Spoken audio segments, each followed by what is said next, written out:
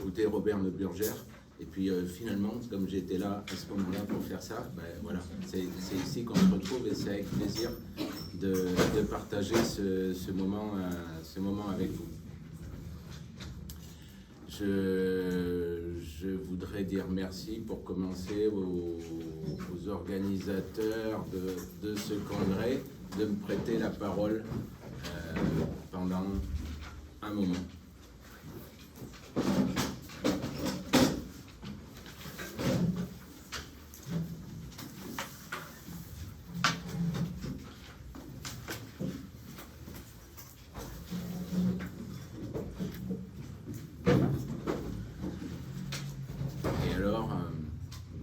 Moi-même, je n'ai pas été à l'université, mais on m'a dit que TD, ça voulait sûrement dire travaux dirigés.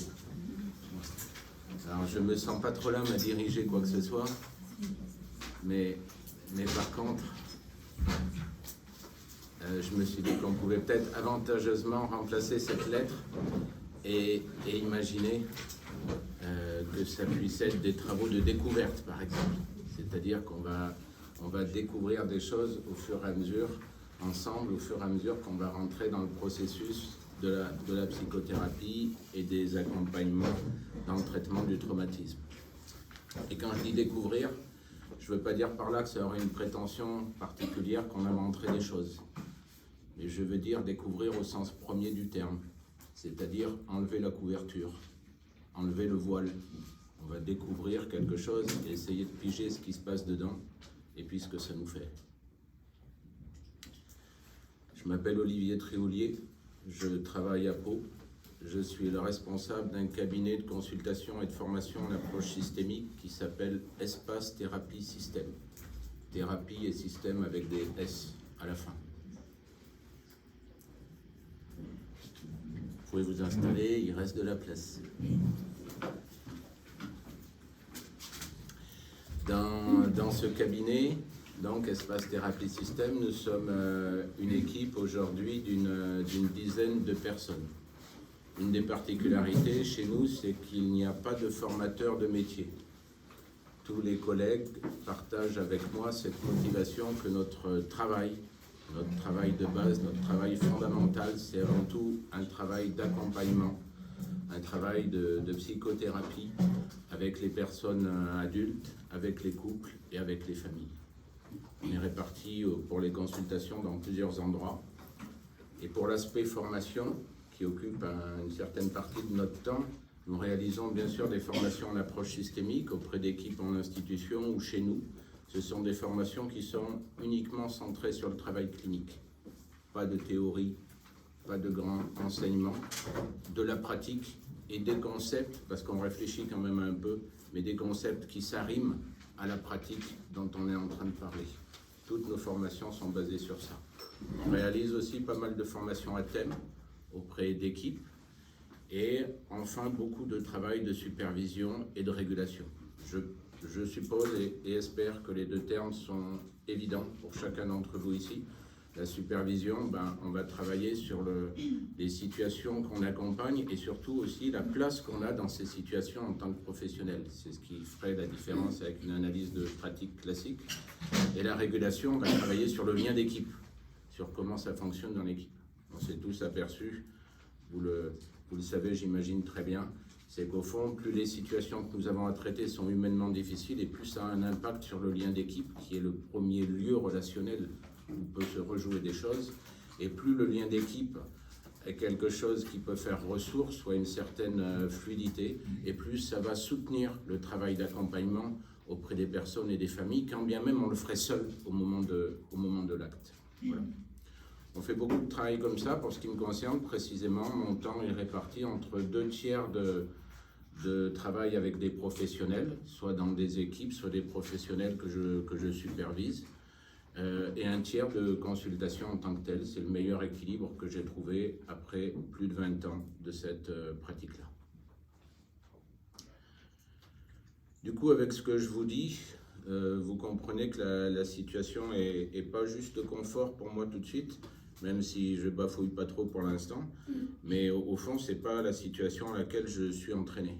Je suis entraîné à une parole très interactive, une parole d'échange avec les équipes et avec les personnes que je vois dans le cadre de psychothérapie. Alors, on ne peut pas dire ici que ce soit dénué d'interactivité. Ce n'est pas exactement comme si c'était une parole juste élaborée, qui serait juste écrite et qui s'adresserait plutôt à ce qu'on pourrait appeler notre représentation du monde. Il s'agit bien d'une parole parlée, et vous êtes là en face de moi, et vous avez une communication d'une façon ou d'une autre. Et bien sûr, cette sorte d'échange que nous avons déjà modifie, mine de rien, tout doucement notre perception immédiate du monde. Mais par contre, le niveau d'interactivité pendant un petit moment est bas. Et j'espère que je vais arriver à vous faire une présentation qui suscite suffisamment d'intérêt, que je vais arriver à m'en sortir en fait, comme je le pense souvent avec les familles. Je me dis, j'espère que je vais arriver à m'en sortir aujourd'hui avec cette famille-là qui arrive et où ils ont toutes les voiles dehors. Et donc, ne pas décourager votre écoute, et peut-être qu'on aura quelques instants pour discuter après, j'espère. Vous sentez déjà que pour moi, les mots ont leur importance et le sens qu'on leur donne aussi. Une chose qui est étonnante, si on parle de soins au sens large, c'est que notre univers de référence qu'est la médecine a paradoxalement évacué un mot qui est celui de la mort. Alors qu'étonnamment, le fondement même de la médecine, c'est de traiter ça au fond. C'est de traiter des maladies pour éviter qu'on meure trop vite. Et étonnamment, ce milieu-là a évacué ce terme aujourd'hui. Je dois dire, au risque de m'inscrire un peu en décalage avec certains propos, que dans le champ de la psychothérapie, parfois je me demande si on ne cherche pas à évacuer la souffrance. C'est pas qu'on n'emploierait pas le mot, mais des fois on l'emploie d'une façon où on imagine un abord de cette souffrance, où je me dis que si on voulait la mettre à la porte, on pourrait s'y prendre de cette façon-là. Ce qu'on est obligé de constater, c'est qu'il n'y a pas une technique qui nous permettrait de pouvoir contenir la souffrance humaine. Cette technique-là, elle n'existe pas, ou ce niveau technique, il n'existe pas. La souffrance en tant que telle et son intensité débordent, au fond, toutes les techniques qu'on pourrait vouloir employer. Au passage, on pourrait se dire que l'accumulation de techniques aussi ou d'outils ne permet pas en tant que tel davantage de se sentir compétent. Je ne suis pas en train de dire que la technique ou les outils ne seraient pas utiles. C'est fort utile. Et c'est pour ça qu'on travaille. Mais ce n'est pas ça qui nous permet de nous sentir compétents. La compétence relève d'une question de place, du sentiment qu'on a de cette place, et donc d'une question d'être, en fait, et de cet agencement particulier qu'on peut avoir pendant un moment avec un autre être. Ça s'appelle la relation. Et c'est bien là que s'intercalent toutes les questions qui sont liées à la souffrance. Personnellement, je me suis construit une petite boussole. Comme des fois j'avais peur de ne pas m'en sortir, je me suis dit qu'il me fallait des trucs portatifs pour arriver à me repérer. Donc je me suis construit une petite boussole en 3 points. Il y en a un de ces points qui pourrait être la pensée structurée, quelque chose qu'on pourrait rattacher comme un siège cognitif en quelque sorte, voilà, quelque chose qu'on pourrait rattacher à ça. Je préfère parler quand même de pensée structurée. Un autre aspect, une autre dimension dans cette boussole qui serait le psychisme et qui serait plutôt le siège des émotions. Et une autre boussole que je n'ai pas trouvé mieux que d'appeler les états relationnels. Les états relationnels, ça serait aussi bien les modèles de relations qu'on porte que l'immédiateté des relations qu'on vit et comment au fur et à mesure notre vécu, l'intériorisation qu'on en fait a une influence directe sur notre pensée structurée, sur notre psychisme. Dans mon esprit, ces 3 dimensions s'interpénètrent et communiquent constamment. Vous voyez, une boussole à 3 entrées, la pensée structurée, le psychisme, les états relationnels, et au fond, sans arrêt, ça serait en interconnexion. Si on le voit comme ça, si cette boussole vous intéresse un peu, on peut déjà se dire quelque chose qui est une base en systémie, c'est qu'on ne se construit pas tout seul. Et que donc, dans ce sens-là, on appartient à des systèmes humains. Il n'est pas possible qu'un système humain ne génère pas de la souffrance. quelle que soit la qualité émergente de ce système humain. Automatiquement, un système humain va amener un certain nombre de souffrances. Les aléas de la vie, les accidents, les incompréhensions du quotidien, on va dire, le temps qui passe aussi. Tout ça, ça va créer d'une manière ou d'une autre certaines souffrances. Quand on en est là, ces souffrances peuvent prendre deux chemins. Le premier, le plus favorable, ça serait celui de la conscience et du partage. Quelque chose où on peut se relier alors que cette souffrance nous touche individuellement, que l'émotion qu'elle peut susciter ou notre façon d'y penser ou ce qu'on vit dans la relation pourrait nous amener à nous encoquiller un petit peu. Eh bien, au fond, cette souffrance, on arrive à faire un geste, on arrive à être conscient de ça, que ça nous touche, et on fait un geste de partage avec l'autre. Ça nous permet de nous relier à nouveau. On peut l'élaborer et y donner un sens. Vous noterez que ces différentes dimensions se répondent. La conscience va pouvoir soutenir le partage de cette souffrance, et si on arrive à partager suffisamment, ça va avoir rétroactivement une influence sur notre conscience. Notre niveau de conscience va augmenter. Pareil pour l'élaboration et le sens. Si on s'entraîne à élaborer quelque chose, ça va soutenir notre capacité au sens. Et cette capacité au sens, bien sûr, va venir à son tour nourrir notre faculté d'élaborer. Quand on est sur ce chemin-là, la souffrance, ce niveau-là de conscience et de partage, du coup, le système humain, de départ, revient à un certain équilibre. Ça ne veut pas dire qu'il ne mute pas, qu'il ne se transforme pas, mais il revient à un certain équilibre suffisamment bon. J'espère que je suis clair jusque-là. On va passer au deuxième chemin de la souffrance. Le deuxième chemin de la souffrance, disons-le nettement, c'est un chemin de violence. Que cette violence soit de type relationnel, de type comportemental, de type psychique ou de type physique. Je sais qu'on peut faire à l'infini des classements. Il fallait en choisir un. Celui-ci est celui qui me parle, mais évidemment, ce n'est pas exhaustif. On pourrait prendre d'autres entrées, d'autres façons de l'exprimer. Ce que j'appelle une relance relationnelle, c'est quelque chose qui vient toucher à la relation directe. Quelqu'un qui ne donne pas de nouvelles, par exemple. Quelqu'un qui est malade et qui refuse de se soigner, par exemple. Ça, c'est une souffrance de type relationnel. Une souffrance de type comportemental, comme le nom l'indique, c'est dans l'attitude plus immédiate. C'est quelqu'un qui rentre à la maison, par exemple, et pour le énième soir d'affilée, qui ne dit pas un mot, ni à son conjoint ou à sa conjointe, ni à ses enfants. Voilà, ça, on pourrait parler de violence comportementale. Psychique, physique, je ne m'attarde pas. Je pense que vous êtes tout à fait entraînés sur ces deux aspects-là. Évidemment, cette éventuelle classification des violences, là aussi, il peut y avoir des violences qui recouvrent au fond plusieurs types. Là où je vais en arriver surtout, quand la souffrance évolue sur ce chemin de violence, c'est qu'elle va avoir trois conséquences.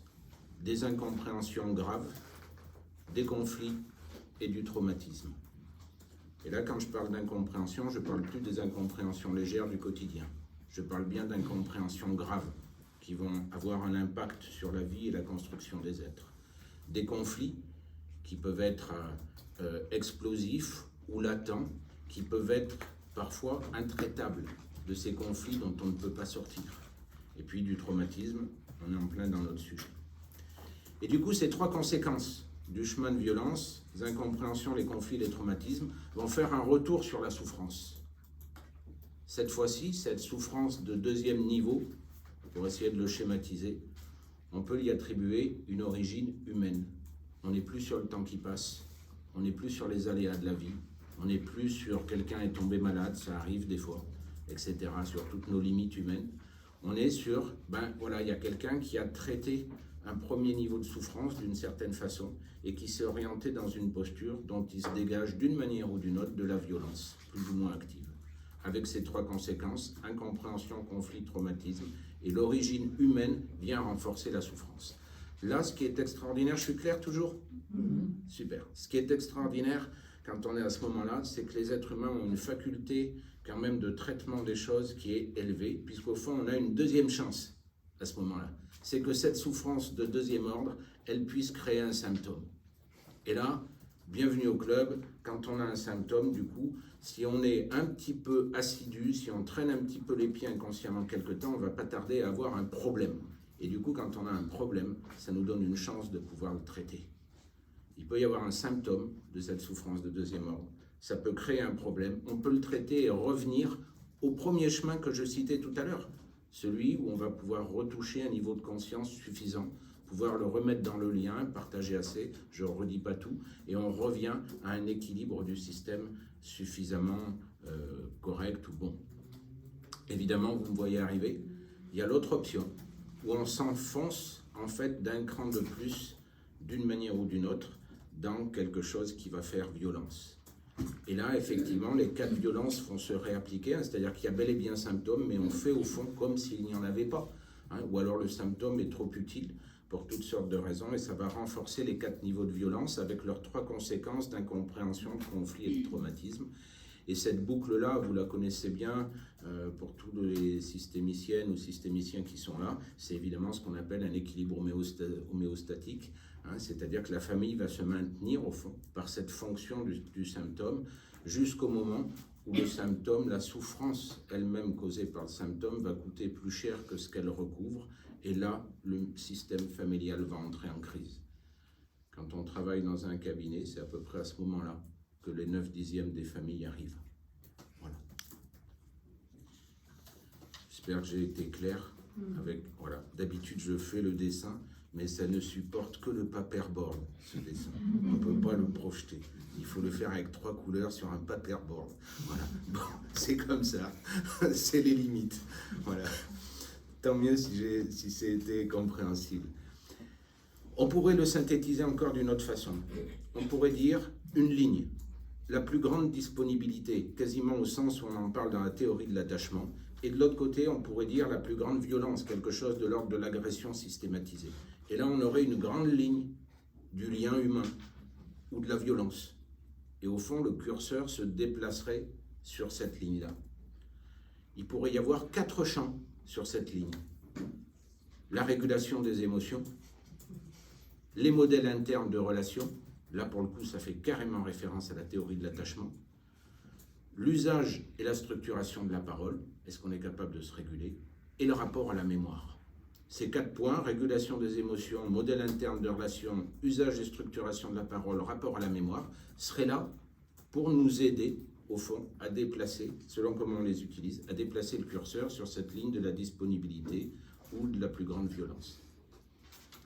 À sa façon, Cyrulnik le dit d'une autre manière, pour ceux d'entre vous qui sont lecteurs, qui ont déjà lu ou qui auraient envie de lire, la citation que je vais énoncer, je l'ai pris dans le livre qui s'appelle « La nuit, j'écrirai des soleils », c'est à la page 27. Voilà. Et la nuit, j'écrirai des soleils. Voilà. Et donc, il propose cette idée, il dit « Un enfant sans autre ne peut pas construire sa propre intimité, puisque rien ne s'inscrit dans sa mémoire. » D'une certaine façon, je trouve que c'est une autre façon de synthétiser tout ce que j'essaye de dire depuis quelques instants. Et je propose encore une 3e possibilité pour le synthétiser. Ça serait de dire que pour faire traumatisme, il faut quelqu'un. On ne peut pas être traumatisé tout seul. Il faut quelqu'un. Et du coup, pour le défaire, le traumatisme, eh bien, il faut quelqu'un aussi. Ça m'amène à partager avec vous quelques idées sur le traumatisme. Au début, il y a un trauma. Ce trauma, il n'y a aucun doute, il s'agit bien d'un débordement psychique. Ce n'est pas un choc. Un choc, on peut le repousser. C'est un choc intrusif, s'il faut le donner une image. C'est quelque chose qui perce l'enveloppe, qui rentre à l'intérieur du psychisme et le bouleverse fondamentalement. Ce trauma, ce débordement psychique, va entraîner inévitablement une représentation psychique à suivre. C'est là où, chemin faisant, on va passer du trauma au traumatisme. Cette représentation psychique à suivre porte sur 2 points. D'abord, le fait reste intact. Il n'y a pas d'oubli, quand bien même notre inconscient le mettrait dans une boîte noire, et le fait demeure intact dans la mémoire, même si on a la sensation de ne pas s'en souvenir. On pourrait parler en quelque sorte d'une histoire fantôme. On va être hanté par une histoire fantôme. Peut-être qu'on ne se rappelle plus de l'histoire, ou que très partiellement, mais par contre elle continue de manière fantomatique à nous habiter, en fait. Et le deuxième aspect de cette représentation psychique, c'est le maintien de toute son intensité, le maintien de toute sa force. C'est pour ça que ça entraîne inévitablement des comportements symptomatiques, parce que la force psychique est active, enfermée dans une boîte noire, mais une force psychique active. S'il n'y a pas d'aide, le destin du traumatisme, je crois, nous pouvons le synthétiser en 3 pronostics. La répétition, c'est-à-dire que comme l'histoire est toujours là et nous hante, et bien au fond elle va se répéter. Voilà. D'une façon ou d'une autre, il peut y avoir des changements de décor ou de manifestations, mais en fait c'est bien toujours la même histoire qui se répète, et cette répétition, bien sûr, elle plombe la vie. Ou bien alors, si on a une boîte noire très très solide, on va pouvoir faire ce qu'arrivent à produire certaines personnes, c'est-à-dire une impasse psychique pour la vie. Mais ça aussi, c'est pas gratuit parce qu'à la vieillesse, ça craque. Et comme aujourd'hui, on a une certaine espérance de vie, on ne manque pas d'exemples pour montrer, pour voir à quel point ça peut craquer. Vous parlez de la résilience ou pas? Ah non, absolument pas. Là, je parle des destins du traumatisme quand il n'y a pas d'aide, en fait. Quand ça ne se passe pas bien, en fait. Donc l'idée, c'est cette histoire fantôme qui est toujours active et la force, au fond, la force psychique, la force négative du traumatisme qui est toujours intacte. Et au fond, partant de là, il va y avoir 3 destins possibles au traumatisme. La répétition qui plombe la vie, l'impasse qui va craquer à la vieillesse, et le 3e, c'est le passage à l'acte. C'est-à-dire, au fond, quelque chose qui va être agressif envers soi-même ou envers les autres. On peut avoir la chance de croiser quelqu'un qui va pouvoir nous aider. Et à ce moment-là, il va s'enclencher, c'est complètement à l'opposé comme voie, il va s'enclencher une voie qu'on pourrait appeler de distinction, une voie de discernement, une voie où on va chercher à l'identifier, ce traumatisme, et du coup à le distinguer de l'état psychique normal qu'on pourrait avoir aujourd'hui. C'est une voie au fond, bien sûr, d'intégration, et ça peut même à terme poser la question que ça devienne une sorte d'expérience, non pas au sens, je sais pas comment dire, du laboratoire, mais au sens de qu'est-ce qu'on peut en retirer au fond, qu'est-ce qu'on peut comprendre de cet événement pour nous prémunir un peu qu'il puisse se reproduire dans la vie, pour avoir une sorte de prévention par rapport à ça. Pour arriver à ce travail d'intégration, bien sûr, il nous faut quelqu'un à côté de nous, quelqu'un qui a de la patience, quelqu'un qui est tranquille et quelqu'un qui est calme. C'est-à-dire quelqu'un qui va pouvoir permettre la régulation et un travail de métacommunication sur cette représentation psychique et les règles dysfonctionnelles et inconscientes qui en ont découlé. Si on s'intéresse à la maltraitance, c'est clair toujours ce que je raconte? Ouais. Si on s'intéresse à la maltraitance, à l'inceste ou à la folie, ça nous complique un petit peu le job. Respectivement, pour la maltraitance, on pourrait parler d'impensable, pour l'inceste d'innommable et pour la folie d'indicible. Ces mots n'ont pas tout à fait le même sens, on est bien d'accord. L'innommable, l'inceste n'est pas seulement indicible, il est innommable, au sens qu'il manque dans un milieu incestueux, il va manquer un certain appareillage pour pouvoir parler spontanément de cet inceste. Donc, l'impensable, l'innommable, l'indicible, qui au fond empêche une représentation. Et donc, dans ce sens-là, empêche un accès. Il y a dans ce sens-là un point commun important avec les négligences les plus graves, je parle des plus hauts niveaux de négligence, voilà, qui en tant que tels sont quasi irreprésentables. Quand on vous raconte par exemple qu'un bébé vit dans ses excréments pendant des jours et des jours, qu'il n'est pas alimenté, etc., Et finalement, il y a là à côté des parents qui ne sont pas identifiés comme étant des parents maltraitants. Ce sont des parents négligents. Voilà, il y a quelque chose d'irreprésentable là-dedans. Évidemment, ce niveau-là de négligence, en fait, ce sont des maltraitances qui ne disent pas leur nom. Cette représentation étant empêchée, l'accès est donc plus compliqué au niveau du travail. Et on va être sur quelque chose qui va être finalement, non mais un travail de métacommunication là aussi, mais en fait un travail aussi de l'ordre de la structuration du langage. Il y a quelque chose à construire ou à reconstruire pour que le travail puisse s'opérer. Ça fait deux boulots, au fond. Un boulot de régulation et de métacommunication, et un boulot de construction ou de reconstruction autour du langage, autour de comment on régule, comment on élabore, à quoi ça s'accroche. Il s'agit au fond de passer d'un niveau de souffrance aberrante, dans la maltraitance, l'inceste ou la folie, d'un niveau de souffrance aberrante à une tristesse racontable. Je ne sais pas si dans les formations en systémie, on lit encore Karl Whitaker. À l'époque où j'ai fait la mienne, ça se faisait. Et parmi les ouvrages qu'il a écrits, il y en a un qui s'appelle « Les rêveries d'un thérapeute familial ». Et à la page 175 de cet ouvrage, il parle de ce qu'implique ce que je viens de dire. Il dit que la psychothérapie, c'est élever un enfant. Parce que ce que je viens de dire, la structuration du langage, c'est une fonction parentale. Whitaker explique comment la psychothérapie s'est élevée un enfant, et il précise bien sûr que c'est une métaphore qui touche au concept de parentalité. Tout le monde comprend bien qu'il ne s'agit pas que nous devenions le parent dans le réel des personnes que nous accompagnons, c'est bien évident. Mais ça va toucher le concept de parentalité. Whitaker parle du problème de la bienveillance et du problème du fonctionnement en psychothérapie.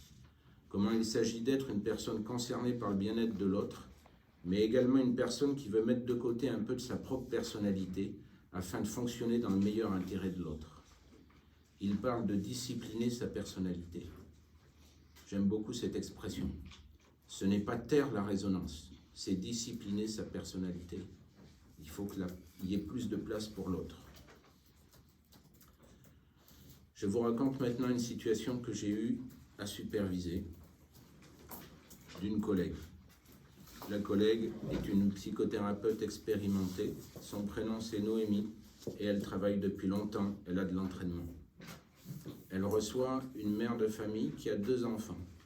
La fille aînée, Maëlle, a 15 ans. Le frère, Joey, a 10 ans. La mère se prénomme Jeanne. Le motif officiel de la consultation en thérapie familiale, c'est des tensions massives, explosives entre Jeanne et Maëlle. C'est devenu invivable, donc la mère et la fille, c'est devenu invivable à la maison. Jeanne est séparée du père des 2 enfants, mais pas vraiment. Et quand leur relation ne rebondit pas sur un énième épisode conflictuel, le père n'est pas vraiment là, mais là quand même, mais pas là en même temps. Du coup, ça pose pendant un certain temps la question, est-ce qu'il va venir ou pas à la consultation en psychothérapie familiale? Ben oui, pas de raison que ça n'arrive pas là aussi. Et pendant un certain temps de consultation, à peu près quelque chose entre 8 et 10 mois, le travail est conduit par la psychothérapeute, donc autour des tensions entre Jeanne et Maëlle, et dont Joey et le témoin involontaire aussi. Et puis, au bout de ce temps-là, la mère ramène un événement qui s'est produit. Elle a été contactée par une autre mère. L'autre mère est la mère du meilleur ami de Maëlle. Tout le monde sait bien, hein? Une mère qui est la mère du meilleur ami de Maëlle. Et en fait, Maëlle a raconté à cette mère que son fils l'avait violée. Donc je le refais dans l'autre sens. Hein, voilà. Maëlle, au bout de 9-10 mois de psychothérapie, il y a un événement qui est ramené, c'est qu'il y a quelque temps, Maëlle a subi une agression sexuelle. L'agression sexuelle, elle l'a subie par son meilleur ami. Et il se passe 6 mois de silence, et Maëlle raconte qu'elle a subi une agression sexuelle à la mère du meilleur ami. Et c'est la mère du meilleur ami qui dit « Oh là !» et qui téléphone à la mère de Maëlle. Et la mère de Maëlle ramène ça en séance. Donc là, il y a du travail, n'est-ce pas? Il y a du travail parce que Maëlle, elle est en souffrance, il n'y a aucun doute. La mère aussi, peut-être entre la colère et l'incompréhension. Et il y a un travail, on pourrait dire, de phase 1 au niveau de la psychothérapie. Il s'agit de traiter pour Maëlle et pour sa mère et pour son frère l'impact traumatique individuel et familial de cette agression. Quelque temps après, et c'est le motif pour lequel Noémie, la psychothérapeute, ramène cette situation en supervision, ce qui avait paru comme une évidence ne s'est pas produit. L'évidence, c'était que bien sûr, comme c'était grave, la mère de Maëlle allait engager une démarche. Et donc, à minima, déposer une plainte pour dire il s'est passé quelque chose. À minima du minima. Et c'était tellement évident, au fond, que tout le monde était d'accord là-dessus. Et que cette chose-là, petit à petit, c'est comme envolé, dissipé. Heureusement, ça revient. Et donc, le constat de la psychothérapeute, c'est qu'il n'y a pas eu cette démarche-là. Quand on reprend ça en supervision, nous menons un travail essentiellement au niveau du cadre, c'est-à-dire de ce que Whittaker appelle le fonctionnement. Et ce travail porte sur deux voies. Qu'est-ce qui va se passer dans le déroulé concret de la psychothérapie et quelles vont être les transformations ou les impacts au niveau de la personnalité même de la thérapeute. On est en supervision là, quand on en discute. Oui. Et donc, le travail de supervision, c'est comment, en travaillant sur le cadre et sur le fonctionnement, on va pouvoir toucher à quelque chose du déroulé de la psychothérapie, et comment il s'agit d'aider aussi la psychothérapeute, qu'est-ce qu'il a pu faire à travers ces résonances, qu'un truc aussi massif et échappé. Le positionnement retenu de la supervision, c'est qu'il s'agit de se sortir de ce qu'on va faire ou pas avec la famille. C'est-à-dire, il va bel et bien falloir réaliser un signalement. Et ça, il s'agit dans le cadre de la psychothérapie de le communiquer à la famille, d'avoir une parole claire sur cette chose-là. C'est-à-dire, au fond, de ramener du tiers, de ramener de la loi, pas seulement au sens pénal, mais aussi au sens de la construction du langage. Du côté de la psychothérapeute, deux choses ressortent. Elle-même est une ancienne enfant négligée par sa mère. Elle l'a été de deux façons négligée. D'une part, dans le lien direct avec sa mère. Sa mère se fichait au fond de ce qu'elle était en tant que personne ou de ce qu'elle pouvait vivre. Voilà. Elle ne lui portait pas d'attention, ne s'occupait pas d'elle. Mais elle a été aussi négligée sur un autre plan plus large au niveau familial, c'est qu'elle a été coincée dans un surrôle où c'est elle-même en tant qu'aînée qui a eu à s'occuper des frères et sœurs. Donc personne pour s'occuper d'elle, et elle qui s'occupe des frères et sœurs. Et au fond, elle en a, en tant que personne, comme déduit quelque chose pendant longtemps dans la vie. J'ai attendu qu'elle, 3 points de suspension, c'est-à-dire j'ai attendu que ma mère, enfin, puisse revenir là-dessus. Qu'il y ait peut-être une reconnaissance du rôle occupé, de tout ce qu'elle a pu faire pour les frères et sœurs, une reconnaissance de tout ce qui a pu manquer pour elle. Cette chose-là ne s'est jamais produite, bien sûr. Là, vous faites le lien, si on revient à la situation de Maëlle et de sa mère et de son frère, vous faites le lien, c'est la même chose qui s'est produite. C'est-à-dire que la thérapeute attend, là aussi, comme peut-être Maëlle attend. Vous voyez que le côté action, il est du côté de la mère de la thérapeute qui la néglige, c'est une action. Et que l'action passive est du côté de la thérapeute en tant que personne, elle attend. Ça coince dans une certaine passivité. Le fait de le nommer permet de sortir du blocage. Cela aura beaucoup d'effets contenants pour la famille. La thérapeute revoit la famille et continue son travail avec elle. Elle pose ce qu'elle a à poser du côté du signalement. Et il va y avoir tout un travail qui va s'en suivre, un travail qu'on pourrait qualifier de phase 2, où il va ressortir au bout de quelque temps le viol subi par la mère lorsqu'elle était adolescente, par un oncle, parrain, ami. Même ça, c'est mal défini. Un oncle, parrain, ami de la famille. Le viol qu'elle subit, donc jeune, à peu près à l'âge de Maëlle. Et ça va induire tout un travail sur quelle parole elle peut avoir auprès des grands-parents de ses enfants, c'est-à-dire de ses propres parents à elle. Comment Jeanne peut ramener ça auprès de ses propres parents, dire il s'est passé ça. Et ça va ramener aussi tout un travail avec le père de Maëlle et de Joé, c'est-à-dire qu'est-ce qui va lui être dit de ce signalement, comment on va le poser, comment on peut avoir une information claire là-dessus, etc. On pourrait dire qu'il s'agit d'une erreur qui devient thérapeutique. Ouais, ce n'est pas une erreur de posture dans le lien, c'est juste quelque chose qui se zappe, en fait, qui nous échappe. Et le fait d'arriver à le reprendre, cette erreur, on pourrait souligner qu'elle devient thérapeutique. On pourrait dire merci à des familles comme ça de s'accrocher à ce point-là et de revenir avec leurs symptômes pour remettre en jeu les choses qui nous ont échappé. Il faut dire merci aussi à des thérapeutes comme cette collègue Noémie, d'avoir autant de combativité pour reprendre les choses, pour ne pas les laisser partir et pour avoir envie de les traiter, pour en faire un objet.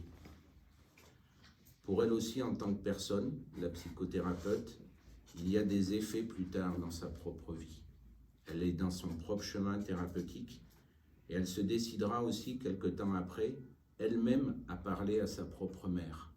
Elle sortira de l'attente, ma mère va voir et dire quelque chose, et c'est elle qui ira parler à sa propre mère de ce qui lui a manqué. Elle retrouvera aussi, quelque temps encore plus tard, dans son cheminement thérapeutique personnel, le souvenir d'une agression subie.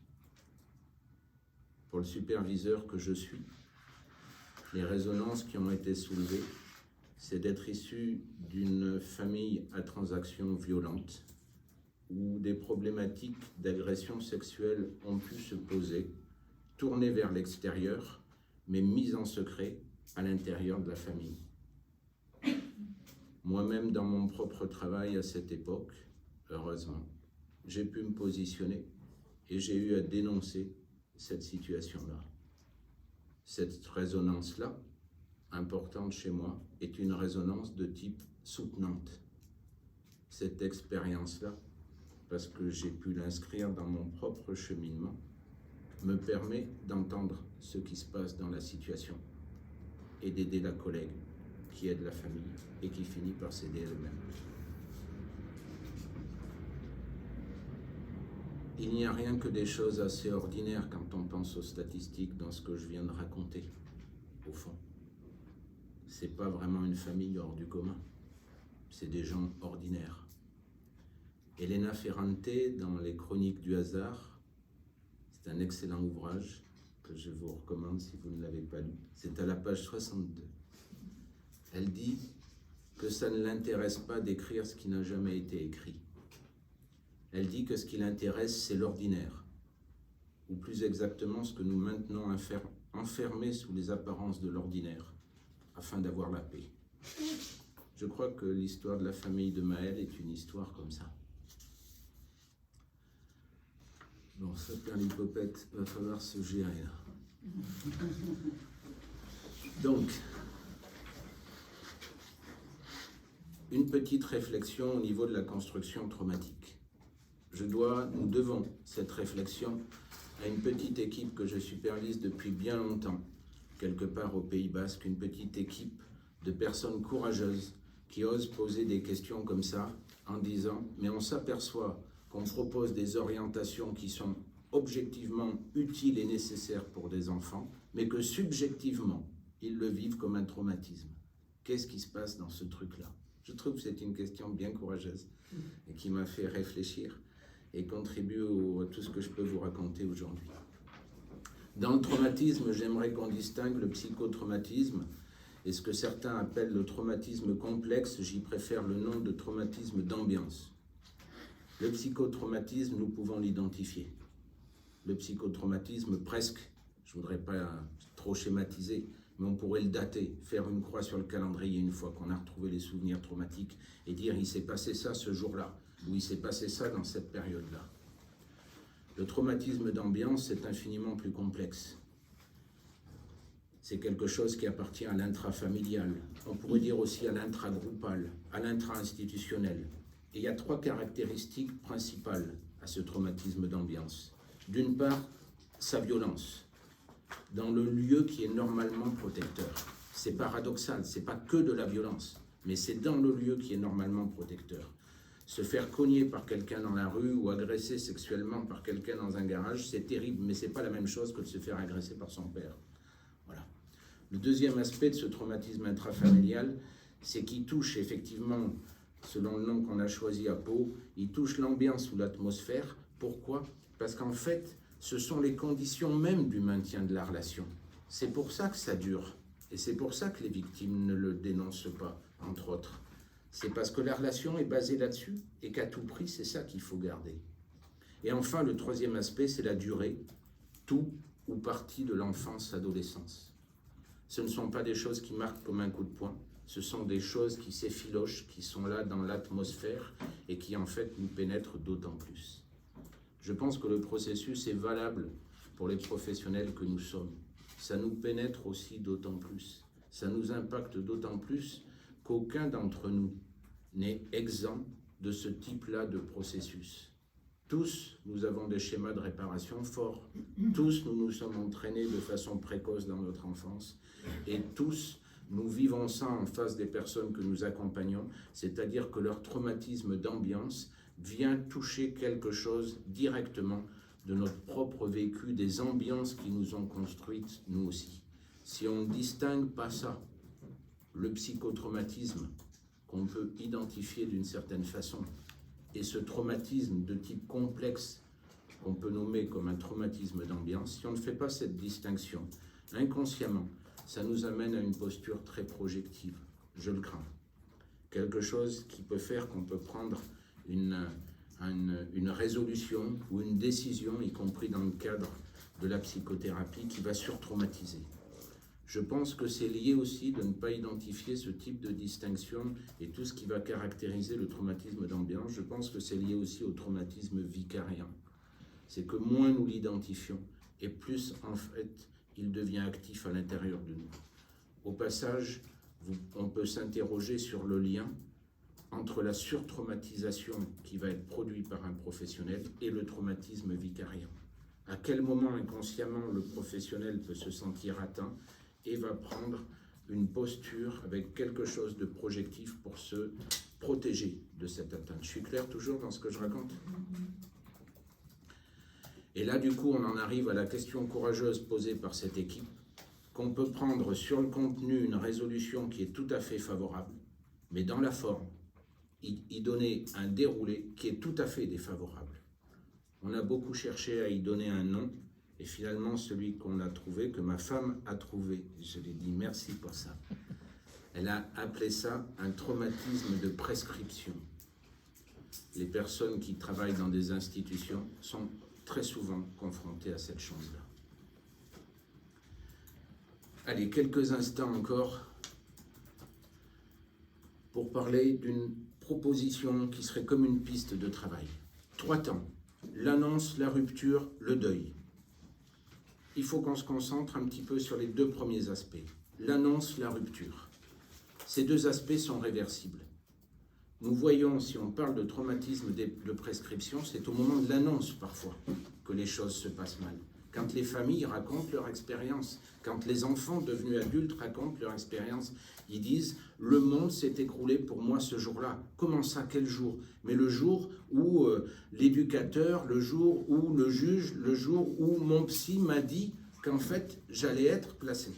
Voilà. Alors qu'en fait, cette mesure d'évidence concourt à la protection, puisque ce même enfant, il va être agressé ou dans des choses difficiles dans son milieu familial. On est au cœur du paradoxe. Des fois, c'est l'annonce qui marque quelque chose. D'autres fois, l'acte est déjà là. Il y a déjà la rupture. Il y a déjà quelque chose qui est en place, qui n'a jamais été annoncé. Et du coup, le travail qui va être à faire par les professionnels va être un travail de reprendre l'annonce. C'est-à-dire de dire, ben oui, tu te trouves dans cette situation-là parce que, en fait, il y a ça. C'est incroyable. Quand on interviewe des adultes qui racontent leur chemin, dans des situations familiales aiguës, dans des mesures de placement. Quand ces adultes-là racontent leur chemin, certains disent « Je ne savais pas en fait que j'étais placé. Oui, je l'étais, mais personne m'a dit que j'allais l'être en fait. Et je ne le savais pas. » Ou alors aussi, ce qu'on entend, c'est « Je ne savais pas pourquoi j'étais placé. » Mais en logique, on a envie de dire à cet adulte « Mais vous saviez quand même, puisque vous subissiez ça dans la famille. » Mais non, en fait, le lien, il ne s'est pas fait psychiquement. Il ne s'est pas fait parce qu'il n'y a eu personne pour le soutenir. Et du coup, on se retrouve dans cette étrange situation que parfois la rupture est là, il y a déjà un acte qui fait rupture et on va avoir à reprendre l'annonce avant de pouvoir accompagner dans un travail de deuil que rien ne sera plus jamais comme avant et qu'il faut cheminer pour passer à autre chose. Ou bien alors, ça va se passer dans l'autre sens, c'est que on va avoir quelque chose à annoncer et que ce quelque chose va faire une rupture dans la vie de la personne et qu'on a intérêt à y mettre les formes pour pouvoir l'accompagner dans un cheminement et un travail de deuil. Si vous êtes intéressé par la cinématographie, vous avez un excellent film là-dessus qui a été réalisé par Emmanuelle Berco. Pour ceux d'entre vous, peut-être qui ne connaissent pas ou qui ne font pas le lien tout de suite, Emmanuelle Berco, elle est la réalisatrice de La Tête Haute. C'est l'histoire d'une juge des enfants. Voilà, vous remettez. C'est elle aussi qui joue dans Mon Roi, qui est un film extraordinaire sur les transactions perverses. Et c'est elle l'actrice, c'est elle la dame dans ce film-là. Elle a réalisé un autre film qui s'appelle De son vivant. De son vivant, ça n'a rien à voir avec le truc dont je parle tout de suite, encore que la souffrance quand même. Mais De son vivant, c'est une unité de soins palliatifs. Et c'est l'histoire, je ne vais pas vous raconter tout le truc pour ne pas enlever le plaisir de la découverte pour ceux qui voudraient le voir. Mais c'est l'histoire d'un patient qui arrive, qui est dans un total déni, ainsi que les membres de sa famille, notamment une personne, et il va y avoir la position de ce docteur, le docteur Gabriel Sarah, qui est quand même joué par lui-même, ça existe en vrai. Et là, du coup, on s'aperçoit que des fois, il y a des services de médecine, contrairement à ce que je disais au début, où il peut quand même se passer des choses intéressantes, et où on peut dire, mais non, en fait, là, c'est le bout, là. C'est à la fin qu'il faut se préparer. Il y a comme ça une vérité des faits, et la mort est une de ces vérités. La folie est une mort psychique. La maladie est susceptible de nous conduire à la mort physique. Et tous les vécus d'abandon ou de rupture sur un modèle de séparation familiale précoce, tous ces vécus-là sont une mort affective. Et du coup, ça nous amène à y regarder à deux fois quand on commence à se sentir impuissant avec quelqu'un ou une famille et qu'on commence à se dire « ceux-là, ils sont trop lourds pour moi, je ferai bien une réorientation ». Dans son livre sur les figures élémentaires de la réciprocité, qui s'intitule « À charge de revanche », Marc Anspach parle de la vengeance et des sacrifices. Et il fait ce commentaire que jamais l'élimination de la violence ne s'accomplit sans violence. Si on veut éliminer la violence, il faut que nous soyons capables d'avoir une parole qui est juste sur sa forme, mais qui, dans son contenu, nous avons à en avoir conscience, fait violence à la personne qui la reçoit. Et du coup, nous devons à minima être clairs sur cette parole et, en y mettant les formes, s'engager dans le travail de deuil qui permettra à la personne de se dégager de ce contenu violent. Pour finir, il me reste 1 minute pour faire le lien avec le concept de résilience. La résilience, comme vous le savez bien, c'est un déroulé, c'est pas un état, c'est un processus, c'est pas une acquisition, c'est pas un diplôme. Certes, cet état commence par une résistance au choc. Faut-il encore arriver à y résister? Voilà, ça commence comme ça. Mais par contre, une fois qu'on a résisté à cet impact, rien n'est fait encore de la résilience. Et il va y avoir 3 dimensions dans la résilience, que je pense qu'on connaît tous bien aujourd'hui, mais c'est pour le plaisir de rappeler et de partager ça. 1, il va falloir un tuteur de résilience, qui est l'incarnation d'une autorité légitime et d'un attachement sécure. Un attachement sécure, ça ne veut pas dire forcément un attachement si intensif que ça, mais ça veut dire un attachement fiable, voilà, sur lequel on peut compter au niveau où il est. Deuxièmement, il va falloir un narratif juste, c'est-à-dire la reconnaissance de l'état de victime, une histoire claire et le sens de cette histoire. Et enfin, troisièmement, il va falloir travailler à l'appartenance à un groupe de pairs PAIR, parce que c'est un moyen évident, soutenant, pour reconstruire son identité et retrouver une place autre dans le lien social que celle de traumatisés silencieux ou même celle de victimes. Voilà pour l'essentiel de ce que je voulais vous dire. J'ai un grand merci à dire à mes collègues, à leur patience, à leur persévérance avec moi, à leur soutien aussi. Et vraiment, je vous remercie pour votre écoute attentive pendant tout ce moment.